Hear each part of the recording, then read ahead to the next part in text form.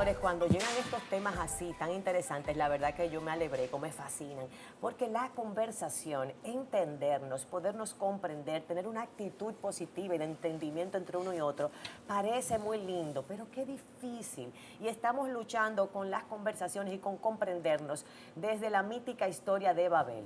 Por eso, qué bueno que nos acompaña José Bretón de Conversa, tremendo nombre que le pusiste a la empresa, para hablarnos, oye, de este desafío todavía tan vigente como en cualquier momento de la antigüedad, de comunicarnos y comprendernos unos con otros, sobre todo en este ambiente empresarial que nos ocupa. Realmente lo que hacemos, primeramente gracias, realmente lo que hacemos en Conversa, Escuela Ejecutiva, es darle un entendimiento mayor de la conversación al ejecutivo como herramienta de trabajo. Aquí es importante puntualizar que lo que hace un ejecutivo está ceñido en conversaciones, sucede desde conversaciones. Eso suena facilito, sin embargo, cuando uno lo piensa y un ejecutivo, por ejemplo, revisa su agenda y nota cuáles tareas tienes para hoy, no son más que conversaciones. Entonces, muchas veces se confunde el conocimiento técnico, muchas veces se confunde la experiencia que tengo haciendo algo con la interacción, con la conversación, con la habilidad para generar un acuerdo. Entonces, y perdóname que te interrumpa ahí, José, pero también tú sabes que nos sucede a veces que los que tenemos o que aquellos que tienen mucha experiencia técnica se convierten un poquito en soberbios porque se colocan por encima del bien y del mal, como se dice en dominicano, entendiendo que su experiencia y conocimiento les avala para tener la verdad absoluta. Entonces cierran un poquito la conversación a escuchar nuevas ideas. Eso pasa mucho con un técnico de muchos años. Cierto, porque la realidad que uno está construyendo... Y no es por desmedro de su calidad y conocimiento, tú sabes. Es porque lo técnico, uno a nivel gerencial no hace algo técnico, uno coordina cosas. Y esa parte de habilidad conversacional, de coordinar para que suceda algo, es lo que típicamente no se entiende con suficiente claridad. Te decía en el break que típicamente el ejecutivo tiende a fortalecer sus habilidades técnicas e incluso a manejarse desde la experiencia, maestrías, diplomados. Sin embargo, cuando va a hacer una interacción con un equipo, para dar un mensaje, para coordinar una acción, para identificar tareas que van a hacer diferentes personas, no tienen la habilidad de fluir, no tienen la capacidad de preguntar, porque la realidad, por ejemplo, las preguntas tienen una definición en el diccionario, pero diferente en tu cabeza y en mi cabeza. Y podemos estar hablando los dos de liderazgo y posiblemente tú quieras que la persona haga comportamientos diferentes. Entonces hay que crear la habilidad para poder ponerle palabra al comportamiento. Es muy sencillo, pero la realidad es que un director de operaciones, un gerente de mercadeo, no está educado con esa mirada. Entonces, ni tampoco a nivel de personalidad tienen el mismo perfil de personalidad, porque uno es mucho más extrovertido que otro, por definición tiende a ser. Sin embargo, están haciendo conversación. Claro. Y esa es la diferencia importante. Conversar es hacer un acuerdo para generar un futuro distinto. Donde tú estás hoy, donde yo estoy hoy, tiene que ver con las conversaciones que hemos tenido. Uno, si lo piensa, es así. Entonces, en la medida que yo puedo identificar que la distancia entre el estado de hoy al estado de mañana son conversaciones pendientes, se me es más fácil alcanzar las metas, se es más fácil coordinar trabajo. Por eso a veces nos hablan muchas veces de que aquí no somos productivos en las reuniones. Aquí tenemos muchos conflictos y la realidad es que no anda por ahí. La realidad es que faltan habilidades conversacionales que permitan poner a correr una idea, que permita poder en ejecución pensamientos, ideas que se tienen. Por eso lo que nosotros buscamos acá, y de hecho lo estamos trabajando hace 7 años, es facilitar a nivel interno en las organizaciones que se sienten todos los directores y aprendan a educarse sobre el lenguaje. Si lo pusiéramos en pilares, José, ya que estamos en televisión y tú sabes que el tiempo hay que encapsularlo, claro. ¿Cuáles serían esos principales pasos para desarrollar dentro de una empresa una buena comunicación? Mira, para la conversación... Una buena conversación. Primero, entender que los pedidos siempre existirán. Pedido es cuando a mí no me funciona algo en mi área y me cojo un teléfono y llamo a alguien. Siempre tengo que pedir. Segundo, tengo que entender que si no converso, no puedo generar acción en otros. Tercero, tengo que entender que trabajar juntos significa tener conversaciones en conjunto. Significa que si algo no funciona, amerita una conversación, no una amonestación ni una crítica. Cuarto, necesitamos entender el feedback como parte natural del trabajo. Feedback es simplemente cómo me mira otra persona, cómo puede nombrar lo que hago y en función de eso poder hacer algo distinto o seguir haciéndolo si lo estoy haciendo bien.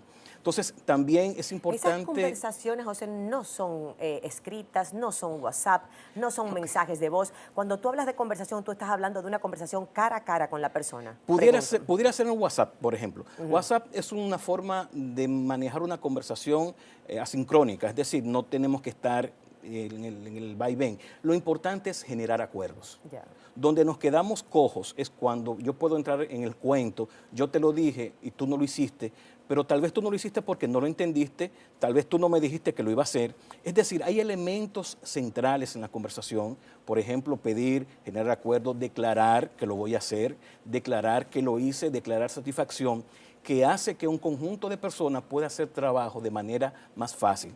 De hecho, cuando uno lee un libro, cuando uno escucha una frase, uno va a la empresa con la idea. Entonces necesita ponerle conversación para que se ponga en ejecución. Y decía ahorita algo muy importante, hay posiciones a nivel directivas que facilitan el hablar con otros, aunque lo dije correcto, hablar, no necesariamente conversar. Hay otros que son, por ejemplo, directores de operaciones que están más metidos en un proceso, más abocados al resultado del número. Pero al nivel gerencial, ejecutivo, al nivel de directores, se hacen sesiones de trabajo que se llaman reuniones de staff, reuniones de seguimiento, que son eminentemente conversacionales. Tú sabes que de cara a las reuniones de staff y de seguimiento, una cosa que me llama mucho la atención es que para que una reunión sea productiva debe haber responsabilidades luego de que la reunión termina. O sea, muchas veces cuando hablamos de esas reuniones interminables y que no llegamos a nada, es porque luego de que hablamos del problema, del debate, de lo que queremos, nunca se dijo, mira, José, entonces tú vas a hacer esto, Lili, tú haces esto y fulano hace esto. Entonces nos vemos el jueves que viene a ver cómo van las cosas. Esa parte que falta en la conversación es justamente lo que hace improductiva una reunión.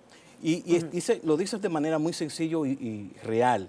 A veces la reunión dura más tiempo metida en el pasado. En el problema. En el problema de lo que pasó, lo que no debió ser, lo que estuvo mal, y no entra en el proceso del presente para generar una acción en el futuro y que subsane o permita alcanzar lo que se quiere alcanzar.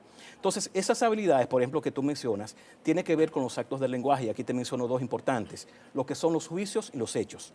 Nosotros hemos hecho estudios en los cuales hay un 60% de los ejecutivos que no diferencian entre un hecho y un juicio. Algo inmensamente peligroso porque un juicio no es más que algo que emite mi cabeza.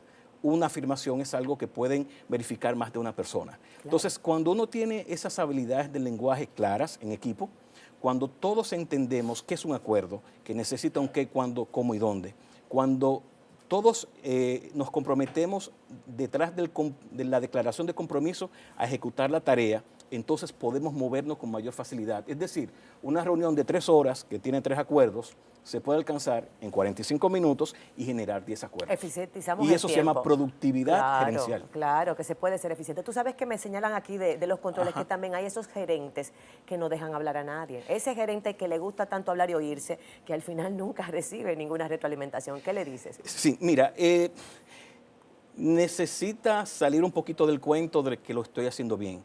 Naturalmente uno desarrolla una habilidad de que está haciendo lo correcto, de que tengo X tiempo, sin embargo necesita entrar en un proceso un poco más reflexivo, necesita feedback, necesita que el sistema cultural le diga de alguna forma, mira, tú eres bueno, te queremos, mantente así. Sin embargo, necesitas escuchar qué dice otra persona para poder esclarecerlo y que esa otra persona pueda hacerlo. Muchas veces las personas que están tan limitadas simplemente a dar instrucciones, se nota que el retrabajo es alto, porque tienen que pedir lo mismo más de una vez, porque la gente no cumple las expectativas. Y aquí te dije una palabra central en el proceso. Y tiene presión arriba y presión abajo. Y abajo. Y es un tema de expectativa. Uno vive en expectativas. Uno aclara una expectativa desde la conversación. Uno le pone palabra a lo que yo espero que suceda para que suceda, que es lo que no se tiene típicamente claro. Por lo tanto, nosotros hemos compendiado esta escuela que se llama Conversa Escuela Ejecutiva, la cual vamos a trabajar en 2 pilares o 2 focos centrales. La conversación para coordinar trabajo, para hacer trabajo, para dar significados distintos y también pensar, cómo incrementar el pensamiento crítico en los ejecutivos. Pensar no es más que responder preguntas. Tiene que ver con el lenguaje. Uno está envuelto en la conversación. Si cambia la conversación, puede hacer que cambien otras cosas. Si tuviéramos tiempo, y me voy a robar un segundo, te diría que en nuestra sociedad le faltan conversaciones. Le faltan personas que puedan pedir y personas que puedan ejecutar, cosa que típicamente no se tiene. Y cosas que, por ejemplo, hoy día las redes sociales no son las que más ayudan, porque enturbian, limitan, obligan a que uno concluya cosas que no necesariamente alguien escribió. Son las responsables de la posverdad. De la posverdad. Entonces, mira, estás mencionando algo importante. En un mundo de posverdad necesitamos obligatoriamente crear conversaciones Reales. que puedan llevar a lo que sucedió, no a lo que se quiso que sucediera, como típicamente esto sucede en el mundo de la posverdad. Me encantó cómo cerramos con José Bretón esta frase emblemática. Te volveremos a invitar para seguir hablando de cómo aprender a conversar, empatizar, entendernos. Y no solamente esa conversación empática cuando estamos de acuerdo, sino también esa conversación asertiva cuando tengo que decirte que no, pero no quiero reducirte, no quiero que te sientas herido, no quiero que te sientas mal, simplemente quiero que podamos entendernos y cambiar ambos para mejorar. Vamos a una pausa y regresamos. Cuánto que me gusta este tema de conversación. De nuevo, encantado. gracias. Entonces.